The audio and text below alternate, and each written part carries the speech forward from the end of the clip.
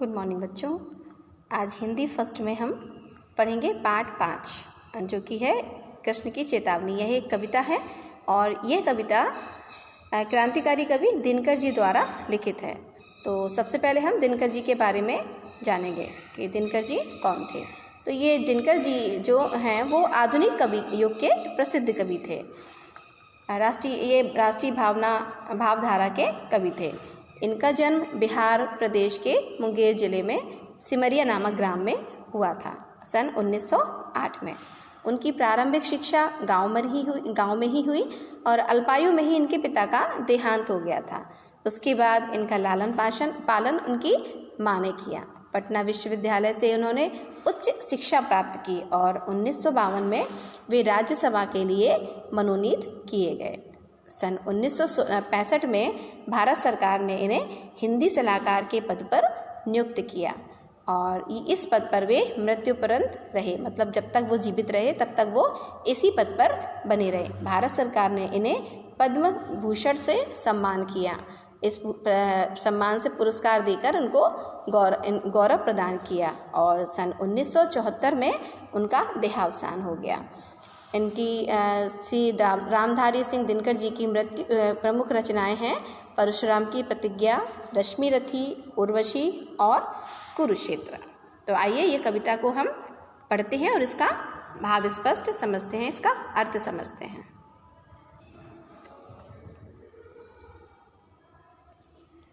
वर्षों तक वन में घूम घूम बाधा विघ्नों को चूम चूम। वर्षों तक वन में घूम घूम बाधा विघ्नों को चूम चूम, सह धूप घाम पानी पत्थर, पांडव आए कुछ और निखर। सौभाग्य न सब दिन सोता है, देखे आगे क्या होता है। तो कृष्ण जी कहते हैं कि वर्षों तक वन में घूम घूम कर तमाम रुकावटों को, पहले ये जानेंगे कि ये क्या है। इसमें जो है कृष्ण जी ने युद्ध की विभीषिका को उजागर किया है। अर्थात दोनों पक्षों में, पांडव में और दुर्योधन में के बीच, कौरवों और पांडवों के बीच जो युद्ध होने वाला है उस युद्ध की विभीषिका को वर्णित किया है। ठीक है। ये जो वार्तालाप है इसमें श्री कृष्ण जी दुर्योधन के सम्मुख जाते हैं शांति का प्रस्ताव लेकर, और अपने निहित स्वार्थ और लोभ की प्रवृत्ति के कारण दुर्योधन ने उनका यह शांति प्रस्ताव ठुकरा दिया। दुर्योधन युद्ध की विभीषिका को बचाने के लिए, कृष्ण जी युद्ध की विभीषिका को बचाने के लिए, उसको रोकने के लिए दुर्योधन के पास शांति का प्रस्ताव लेकर जाते हैं, जो कि दुर्योधन ठुकरा देता है और युद्ध के लिए तैयार रहता है।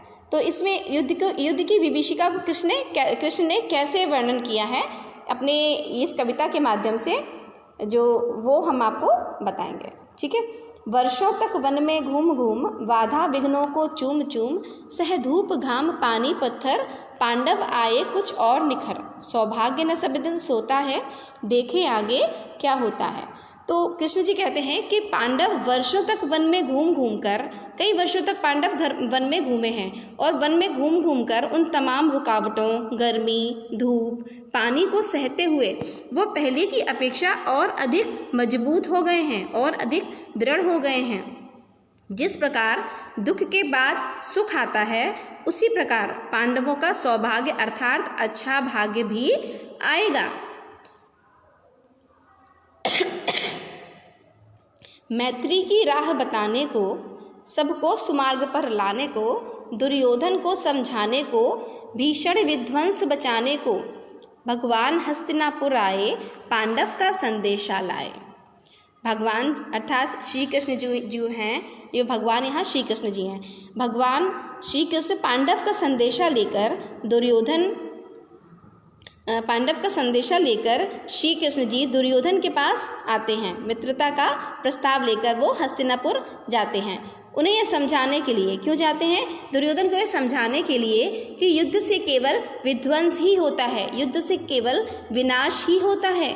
हम मित्रता करके उस विनाश को बचा सकते हैं। श्री कृष्ण जी कहते हैं जो विध्वंस है हम उसको मित्रता करके बचा सकते हैं। युद्ध से केवल विनाश ही होगा, किसी का भी भला नहीं होगा। दो न्याय अगर तो आधा दो, पर इसमें भी यदि बाधा हो तो दे दो केवल 5 ग्राम, रख लो अपनी धरती तमाम। हम वही खुशी से खाएंगे, परिजन पर असी न उठाएंगे। श्री कृष्ण जी कहते हैं कि अगर न्याय ही करना है दुर्योधन, अगर तुम्हें न्याय ही करना है तो तुम पांडवों को आधा राज्य दो, आधा दो मतलब आधा राज्य दो। परंतु अगर तुम यह भी नहीं दे सकते तो उन्हें केवल 5 गांव ही दे दो। अगर तुम उन्हें आधा राज्य नहीं दे सकते तो उन्हें सिर्फ तुम 5 गांव ही दे दो और सारी धरती तुम रख लो, सारी धरती तुम अपने पास रख लो। पांडवों को केवल 5 गांव ही दे दो, वो 5 गांव में ही खुशी से जीवन यापन कर लेंगे, वो 5 गांव में ही खुशी से जीवन यापन कर लेंगे। अर्थात और अपने पारिवारिक सदस्यों पर अर्थात दुर्योधन व उनके परिवार पर कभी भी असी मतलब तलवार नहीं उठाएंगे। अगर उनको तुम्हें देना है तो आधा राज्य दो, अगर आधा भी नहीं दे सकते तो तुम उनको 5 गांव ही दे दो, वो 5 गांव में ही खुश हो जाएंगे और तुम सारी धरती रख लो। सिर्फ 5 गांव देने से ही वो तुम्हारे और अपने परिजन पर किसी पर भी तलवार नहीं उठाएंगे और खुशी से अपना जीवन यापन कर लेंगे। पर दुर्योधन जो है उस पर भी तैयार नहीं होता है। ठीक है, ये आपने आज हमने एक पेज का ये इतने 1 2 3 ये 3 व्याख्याएं अर्थ पढ़े हैं इसके, और कभी श्री रामधारी सिंह दिनकर जी के बारे में जाना है। ठीक है, इतना पढ़ने के बाद अब अगले पाठ में हम ये जो आगे का पाठ है उसको समझेंगे और उसका अर्थ आपको समझाएंगे। Okay, good day.